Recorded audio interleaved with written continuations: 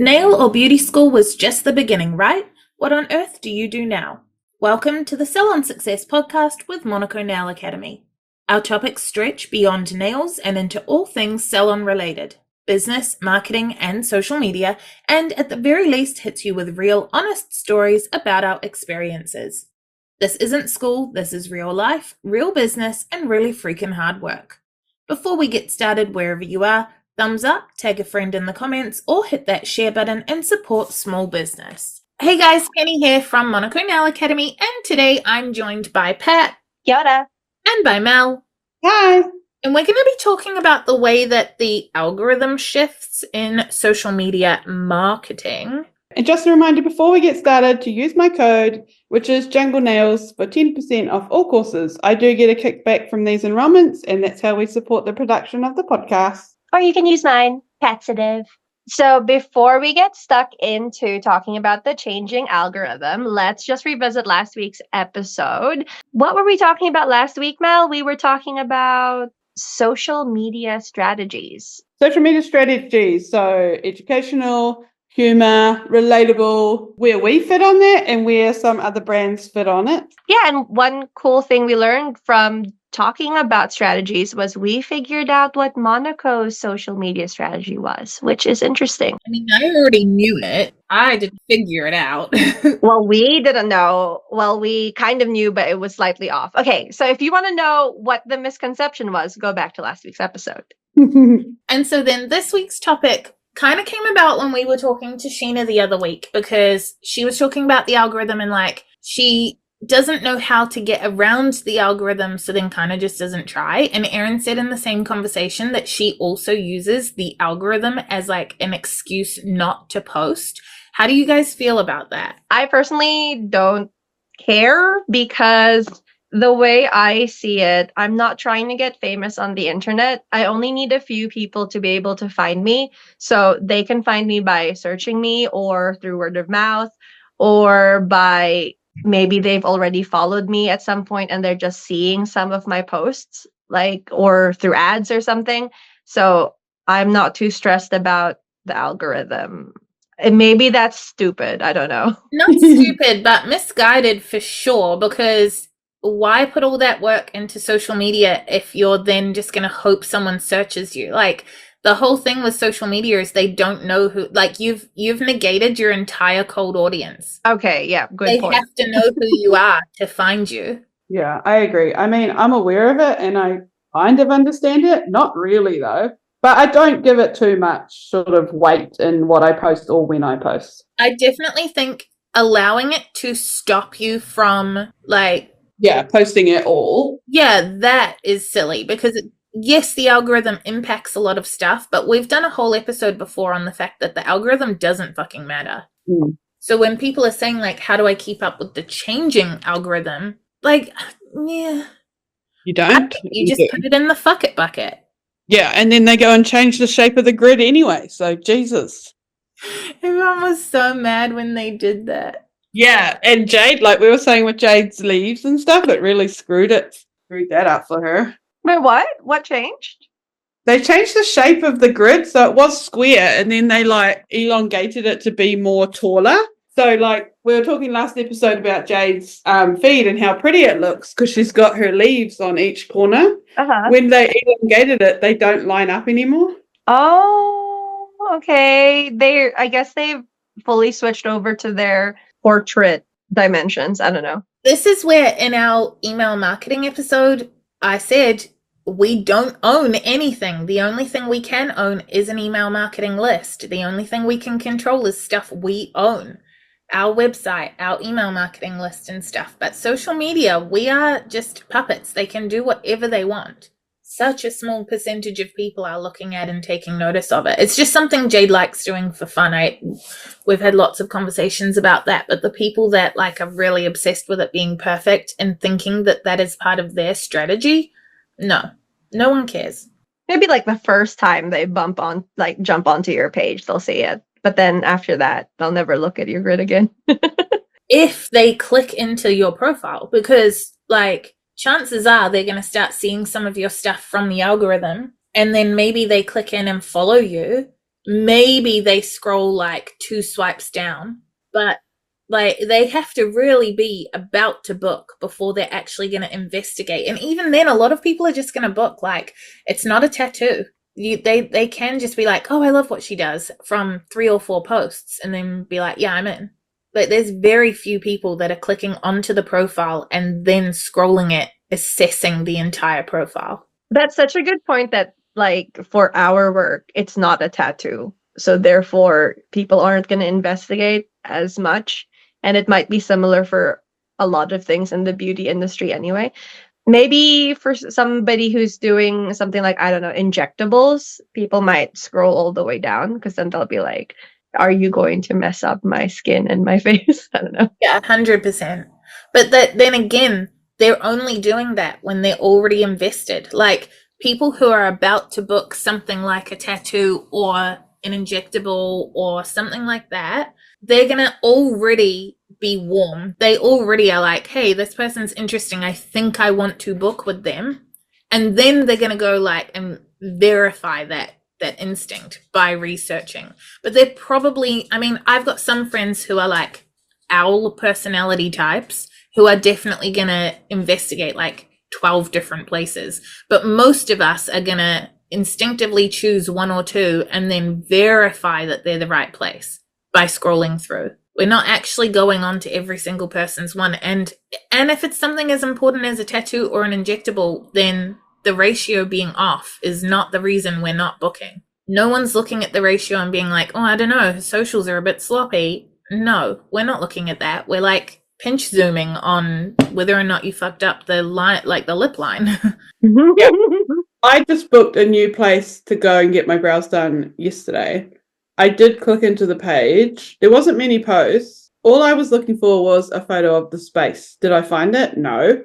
Did I still book? Yeah. And it's so much more often about word of mouth and stuff anyway. Like, not always, but often you really need like a recommendation, or it's other people's comments or testimonials, reviews, stuff like that that's going to seal the deal for you. Yeah, all I did was went into the local Facebook page and typed in brows. She was the most recommended, so off I went.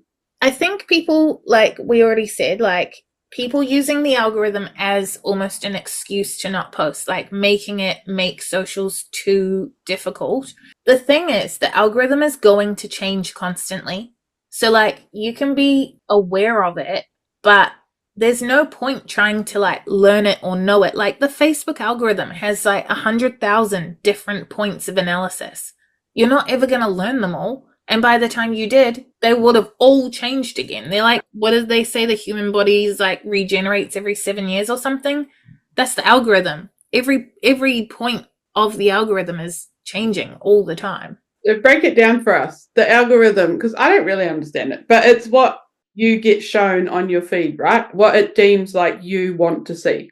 The algorithm is how a platform decides what to show you. And I think our episode on the algorithm not being the enemy is a really good one. It's one of my faves. But to sum it up though, like the algorithm exists because we made it exist. Back in the day when we would see everything and you'd get lots of views and stuff without even trying, it's because there wasn't that much content because social was new or a platform is new. Now the platforms are saturated with content. And so they're not going to just put everything in like timeline order, because you'd never go back on Instagram because you'd be like, well, that's boring.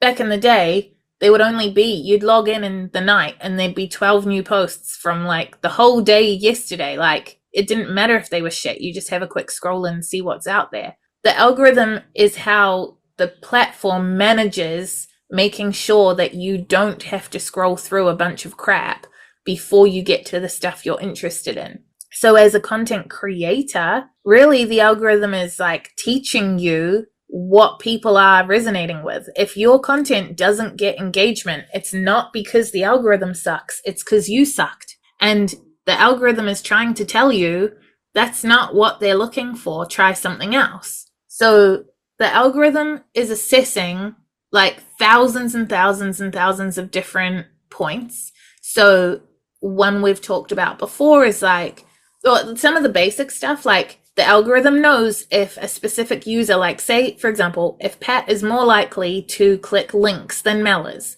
or so then anything that has a link will go to Pat, but it won't necessarily go to Mel. Or if Pat is more likely to click on a video, whereas Mel is more likely to click on a static post, or Pat is more likely to share things and Mel is more likely to comment on things. So then Pat will get stuff that is shareable. Like say there's a reel that has heaps of shares, that's more likely to go into Pat's feed because Pat's more likely to share things. And the people who've already seen that reel are sharing. Therefore, the algorithm learns that reel is shareable, and then it shows it to Pat, who is a sharer. Whereas if Mel never shares stuff, but she comments on lots of stuff, as soon as there are a few comments, the algorithm learns this post is very commentable, and then it will give it to Mel because that's what she likes. If it were to reverse that and it gave Pat something completely unshareable where she's supposed to comment and she's never ever commented on stuff, that's going to fuck up Pat's experience on the platform because she's going to be like, well, that was boring because it didn't serve her specific needs. So next time Pat's less likely to open that platform, or she'll go longer between opening it. Maybe she'll even delete it. So the platform's not going to give that to her. It's just trying to keep you there longer, and it's doing it by giving you the stuff you want. And then everyone who creates content is like, fuck the algorithm, it made it so hard for people to see my stuff. No, it made it easy for you to see what stuff is good and what stuff sucks. So in other words, do better, and then people will see your stuff. Yeah. And like Monaco's in an interesting place because we have a really large audience on Facebook, but most of it is from when we used to offer salon services. I've thought recently about like scrapping our whole Facebook page and starting again so that we could have our actual avatar, because for our number of followers, our engagement is really low, but it's because they're all just sitting there like they don't care about what we do anymore.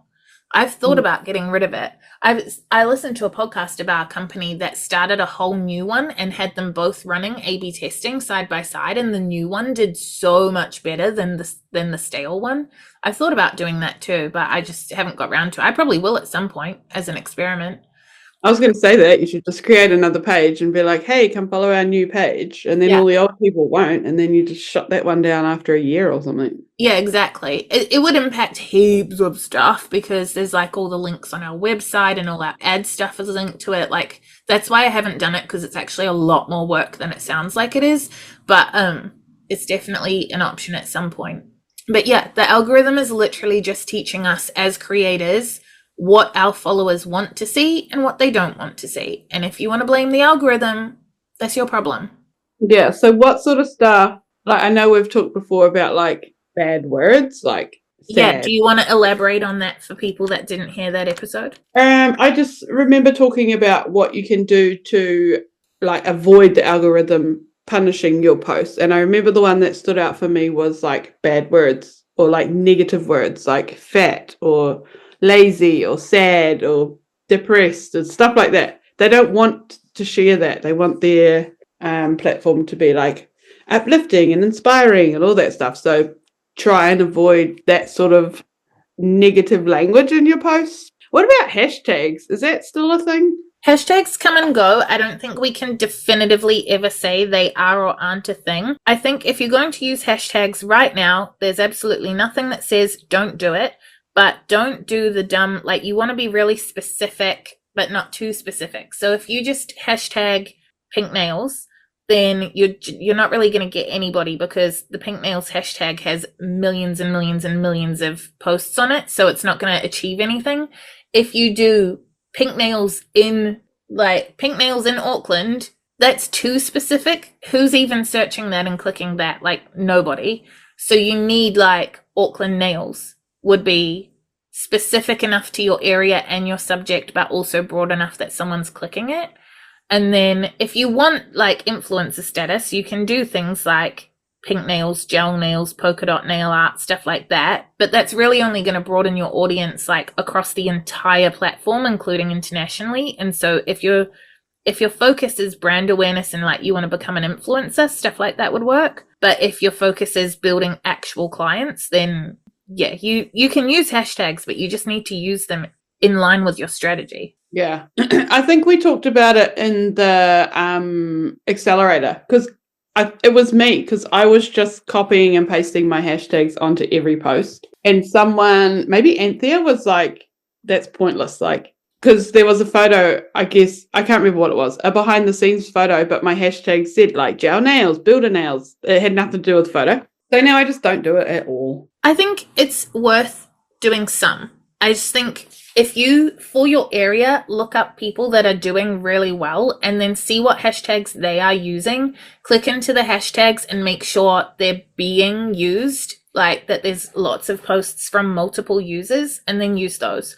So like Auckland Nails or Auckland Nail Art or like things like that would be specific to area and like what we do. Like a couple of hashtags for sure are good and useful. And the algorithm will keep changing and their goodness and usefulness will keep changing. Sometimes it'll be up, sometimes it'll be down. Hey team, Penny from the future here, interrupting to tell you about something super cool. If you're an aspiring nail tech ready to take the first step towards your dream career, our free 5-day Nail Tech Launchpad is here to help you decide if this is the right path for you.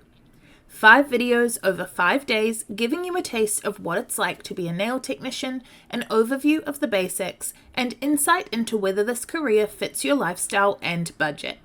It's totally free, can be done in your own time with less than a 2-hour total commitment, and it starts on Monday.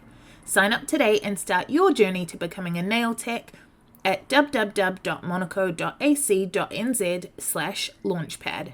If it's too much work to try and figure out different hashtags for every single post, you could probably have like a group of hashtags that you've checked are active and just have them set aside. Like you could be like, okay, when I'm doing a behind the scenes thing, this is the group of hashtags I'm using, so that you're not including things like hashtag gel nails. And then when it's a nail post, you have this group. And then when it's a selfie, it's this group of hashtags. And then so it's still related to the content and you've prepared it, but it's not so overwhelming to prepare, like, oh my god, which 10 hashtags do I use each time? You know, like, you also want some topical ones though, like if there's a local event coming up where they're advertising a hashtag, you want to be posting stuff that can relate to that hashtag. So you might say there's like a specific concert coming up in your area, then you might go back into your archives and find a set of nails that relates to that concert so that you can post and use the hashtag related to that concert, so you end up in that feed.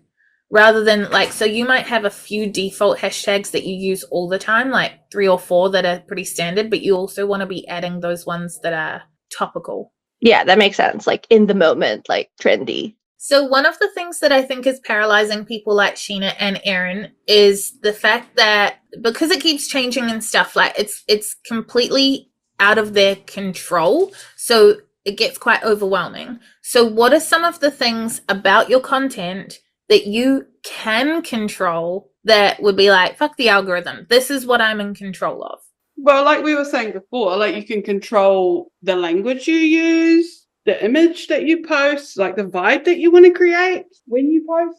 Yeah. Where you post, what platform you use. What are the things that you control in your social media? I'm thinking that the specificity is important in what we're posting. So, because the algorithm is like a heat-seeking missile in some cases. Why did I go with the war metaphor? Anyway, so it's trying to find the right target, right? It's like Pat is someone who's good, thank you, who's really going to want the shareable thing. And also she has ADHD and whatever, blah, blah, blah, blah. So therefore, I'm going to find posts that are relevant to her.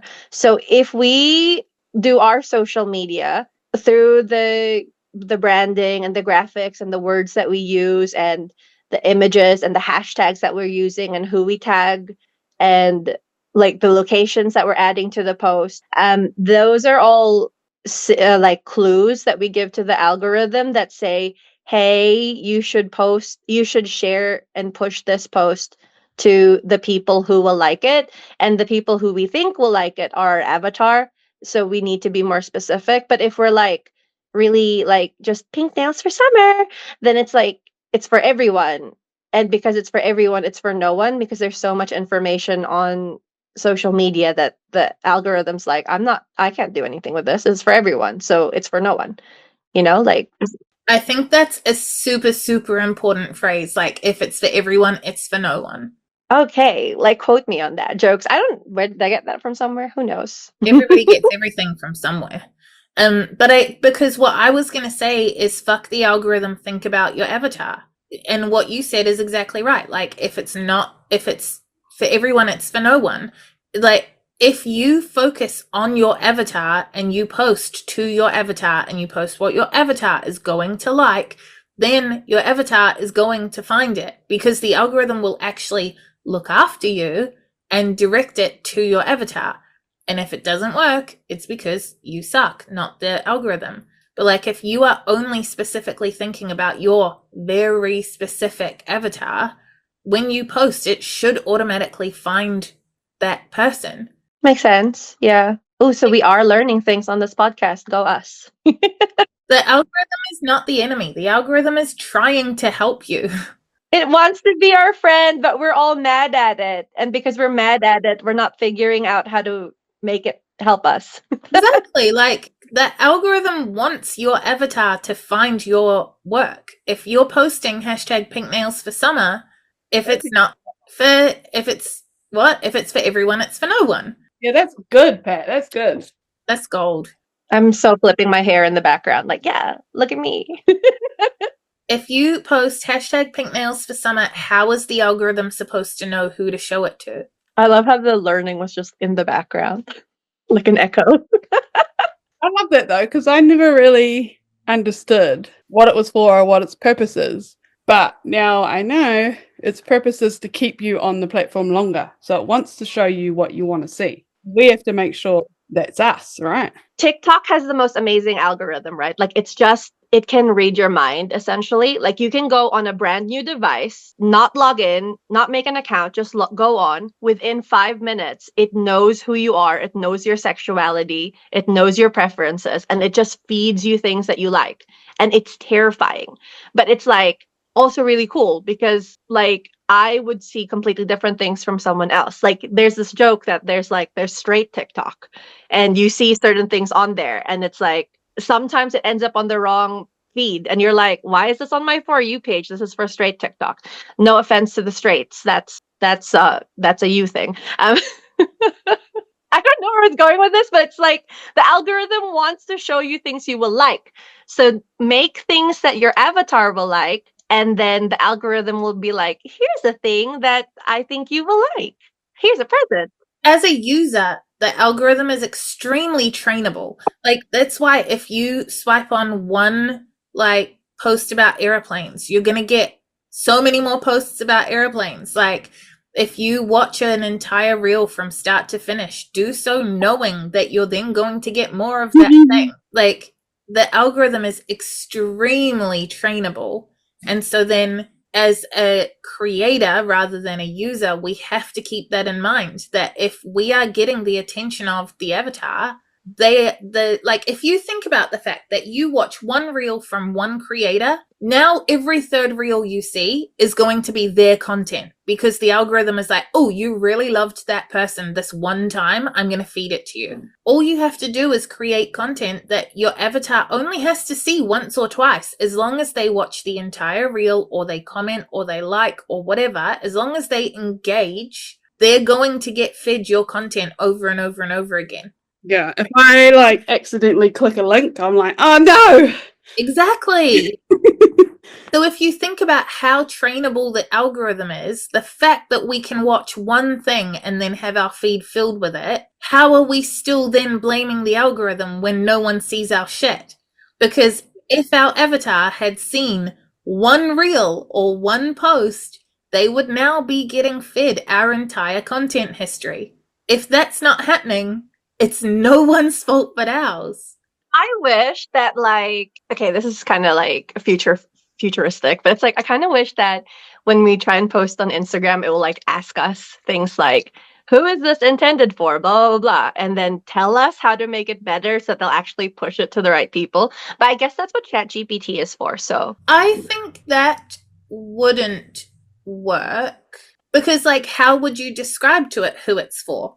Because okay, so with the large language models that we have nowadays, like ChatGPT and stuff, like you can just use plain language. So it would be so cool if I could tell Instagram, I want this to go to 28 to 35-year-old women in Hamilton who like crystals and work full-time in a managerial position, and who want to get their nails done. And then it'll be like, your post, the words aren't giving. I mean, it won't say it like that, but like, So, right.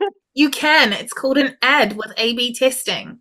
You can do that. It's just you pay for the privilege. Oh, okay. That's making the ad thing make more sense to me now. Okay. When you say, I wish I could tell Instagram who to show it to, that whole sentence, I'm like, we're just talking about an ad. You literally go into Instagram and say, I want you to show it to women of this age with these interests. It's just that you have to pay for the privilege. And then when you say, I wish it would come back and say, okay, but tweak this, this, and this, that's really A/B testing, because yeah, okay, cool. It could come back and say, well, actually, they're liking this right now. But at the end of the day, your avatar in terms of what you've just described to Instagram is a spaghetti model. It's not a drawing pin, it's the spaghetti. And if you don't know what I'm talking about, then you need to go back into our archives and listen to the avatar episodes where one's called Freaking Mel Out with the Truth About Monaco. They're around there. So anyways, yeah, A/B testing. Yes, okay, it could come back and say, oh, well, actually, your avatar or this type of person likes sharing more. But it's not. It's aiming at spaghetti. So you can say that. You can teach it that that's what it's for. But you don't want to be aiming at, if you told the algorithm, I only want it to go to people that like crystals, it's going to be too specific and eliminate everybody else. So then you A/B test, because the thing is, your avatar, their preferences are changing all the time as well. So you're asking, even though the platforms are so intelligent and they do know a lot of this data, but also you kind of need the user to be telling you as well. That's the A/B testing, is where you do the ad, you're telling Instagram who you want it to show to, but then you're giving it options, and then the user is going to say, this is the one I prefer. And that's way more valuable than the AI or something telling you, because the AI doesn't actually know, but people know. That's so cool. Okay, fire up some ads. These are good, because remember Sheena saying she doesn't know really how to use it. How to use the algorithm to her advantage, so she just kind of ignores it. So these will be good for next time we chat to Sheena. Tips on how she can use it to her advantage and make it work for her. The algorithm is always focused on keeping a user on the platform for longer, and the things that keep them on for longer are engagement, like watching a whole video, liking stuff, sharing stuff, commenting on stuff. That takes time, and it takes a lot more time than a quick scroll, because a lot of views and things are like a 1 second scroll, less than a second. If you think about how quickly you scroll through a feed and assess stuff, if you see something, stop and that's already 3 or 4 times longer than you would have spent on that post if you had just seen it, registered it, and scrolled again. And then if you're taking the time to comment, that's probably literally 20 to 30 times longer than you would have spent looking at it if you had just been scrolling. And then if you're watching a minute-long reel, that's insanely more time than if you had just seen the first second and kept going.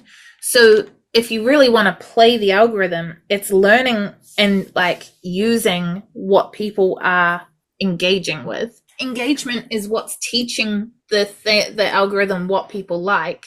So with no engagement at all, there's no data. And it comes back to, in my head, it comes when you're talking about the time. If you can write those good first 5 words and get someone to click on the rest of your caption, that's going to take time. And then they'll either like it or share their thoughts or whatever. It all kind of ties back to the core purpose. Yeah, it all ties in. Every time we record an episode, we end up tying it back to 12 previous episodes. Hey guys, Future Penny here again. Just a super quick interruption to let you know that if you head to monaco.ac.nz/subscribe, not only can you sign up to our weekly newsletter, but you'll also get a free video lesson from our course, The Art of Pigments. That's monaco.ac.nz/subscribe. You know what I was thinking just now? It's so funny. We're talking about like the engagement stuff. We were talking about controversial as a strategy last week. And it's so funny because the angry people who comment and share in anger, they're basically just teaching the algorithm that they want more of that stuff that makes them angry. They would have been better off just ignoring it and like moving on. Yeah, but the people who comment on stuff that makes them angry, they want to. They want more stuff that makes them angry. They're angry people. Okay, fair. I saw this comment thread the other day, which absolutely made me laugh. This one person was like, I don't think this is cool with a K. And then the entire comment thread was just people roasting her and being like, I thought this was cool, but Sarah said it's not. So I guess it's not. And it's just a bunch of stuff like that. It's just like, comment thread, so much fun. I spend too much time on social media. So for someone who wants to be like not training, like learning the algorithm, because again, that's sort of what like Sheena and Erin and Steph were saying, is that it's overwhelming. And we've said it doesn't fucking matter. And, it rewards engagement. But I would say if you are just starting to build your socials, or if you've never thought about the algorithm, you want to grow it, whatever, I would say the biggest thing that you can do is variety. Like if you need to learn what your avatar likes, you need to have a variety of like video, still posts, stories, like short captions, long captions, like everything. Essentially A/B testing, but like not as specific as an A/B test. Like you just need to think of every single type of content you could do, which there's cheats for inside Salon Success, but you need to literally put everything out there, and then your avatar will teach you what they like. But if you just put like the thing you like, or like one or two different things, how is it ever going to teach you? How's your avatar ever going to teach you that they like reels if you never post one? Like if you only post static posts with short captions, and then it turns out that your avatar really loves like reels, or they love like more blog post style captions, or like whatever, if you haven't given them any to like, how are they supposed to tell you what they want? That's such a good point. Yeah. So post more. Not post more, but post variety. Like I definitely don't think post more in terms of like, if your capacity is twice a week, I'm not saying you got to do 10 times a week. But if you don't know what's going to get engagement, posting the same thing every time is not how you're going to work it out. So try it all. Try doing polls in your posts. Try the reels, carousel, static post, music on, no music.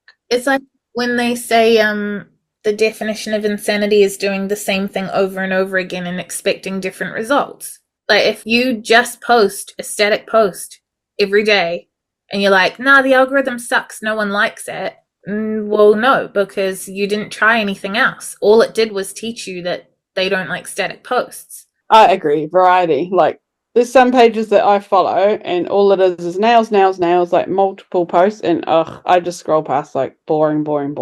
Once you have experimented, you're going to get an idea of what people like, and then you can like settle into that for a bit. But then when people are saying the algorithm always changes, yeah, it does. So even if you discover through experimentation that everybody really likes static posts, that's not always going to be the same, because, and again, not the algorithm's fault. It's because our tastes change. Like if I've been seeing the same thing all the time, I'm going to get sick of it. So my behavior as a user is going to change.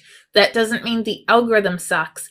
That means the algorithm is good because it's now feeding me something that is piquing my interest more than the thing I've now got sick of. So you can sit back a little bit when you know what your audience likes, but you have to do so with a grain of salt, knowing that their tastes are going to change over time. And also find what you enjoy too, right? Like you might find that you really love making reels, and then your avatar and your audience also loves it. Or you might be like, oh, this is so much work, I hate it. And then that comes back to what we've said before, where like something's better than nothing. And if you are creating something you hate, it's going to come out and it's going to be shit anyway. So yeah, for sure, if there's something you really don't like doing, fuck if your avatar doesn't like it. Too bad. Or does like it, like if you hate making reels, but your avatar loves reels, change your avatar. It's going to come through too, right? That's when you're going to have a caption of like, look at this, it's so fun, because you're just not having fun, you're not enjoying it. And another podcast episode, we were talking about checking your stats and monitoring your metrics and stuff. And I think that also is important for the algorithm, because how do you know if what you were doing that was working is still working? You see your numbers and you go, oh yeah, people are still liking it or still engaging and people are still booking. But if you notice that it's like dropping off, maybe that's a sign that, oh, tastes have shifted, so you need to try a different thing now. So keep an eye out on your numbers. I think another thing as well that impacts the algorithm is consistency. So going back to saying posting something is better than nothing, and not pushing yourself to do 12 posts a week if your limit is 2, like if your mental energy limit is 2, you have to be consistent, because the algorithm is not going to feed your one post to people, because why would it bother? Then what's going to happen? They like your page and then you never post again? Like, why would it bother doing that? The algorithm is smarter than that. The algorithm knows the whole point is to keep people on the platform.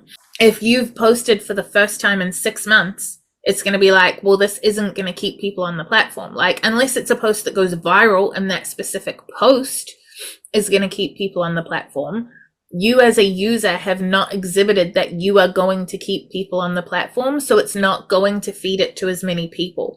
So when people start posting consistently and then they're like, oh, no one likes it anyway, I'm just going to stop. No, that is not when you stop. That's when you keep going, because you are training the algorithm that you are going to keep showing up and creating content. And then the algorithm's like, okay, cool. Well, if this person liked what Pat posted, I will show it to more people, because they're going to get more content from Pat.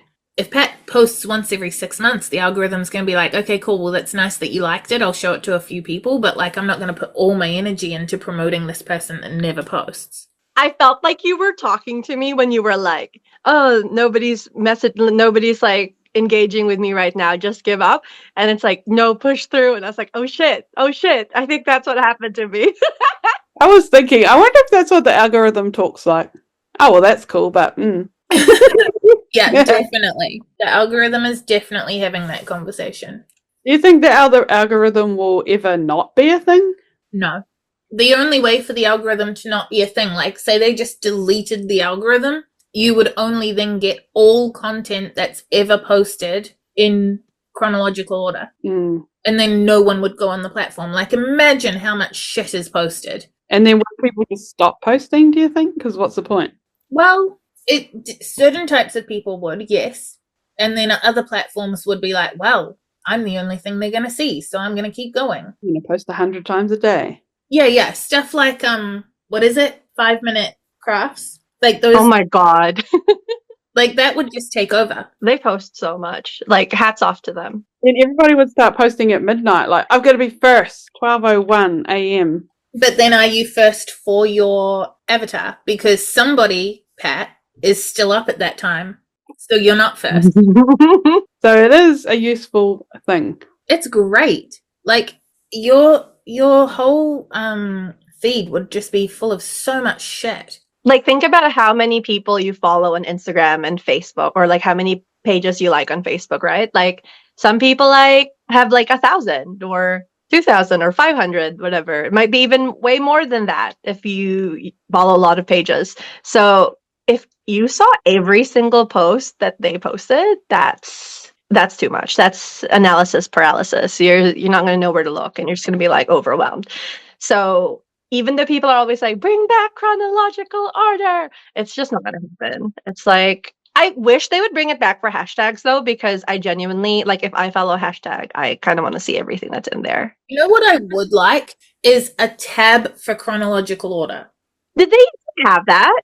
Huh? Did they used to have that? Maybe. Like, I know in Facebook groups you can change it to show chronological order, but only inside a group. Okay.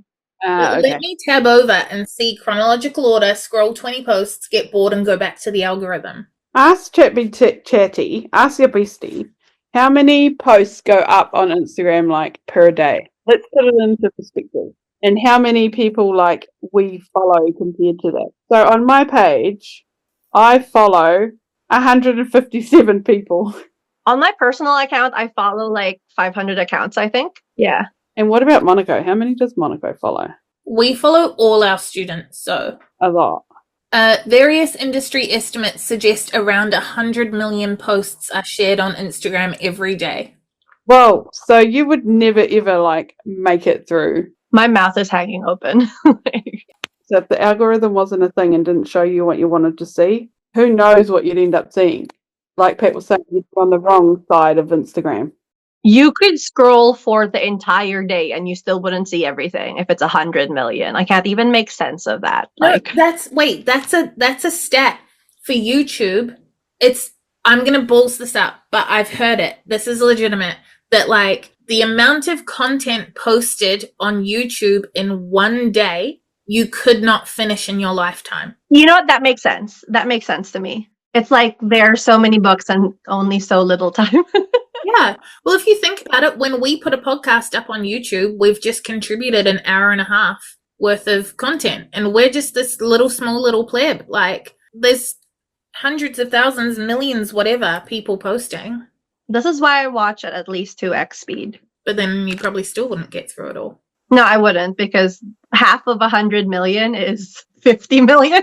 Before we wrap this up, like, what systems can you guys implement to take the algorithm and turn it into like opportunities for being better? Like, rather than us getting paralyzed by fear of the algorithm, what are some actual tangible things we can take going forward to like play the algorithm? I really want to try the ads now, because I'm just like, that sounds like fun. Like, it'll give me feedback in a fast way. Like, I've been scared of ads, but I'm like, this might be the thing. This might be your thing. I think for me, what I need to do this actually, because I used to post reels, but I just haven't for ages and ages. And like I said, I think in the last episode, one reel that I made is like my highest viewed piece of content. But yeah, I don't really give my avatar a chance to tell me what they like, because I always just do normal posts. So you're going to do more variety? Yeah, I think I definitely have variety in my posts, but variety in like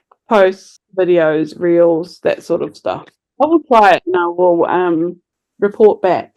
I think like if you are just trying to play the algorithm, I think first of all, you really need to know like what you're actually trying to achieve. Like, because someone who's getting no engagement right now, maybe success is getting 2 likes. Maybe then success looks like getting 10. Maybe success looks like getting 1 comment. Maybe success looks like getting a share.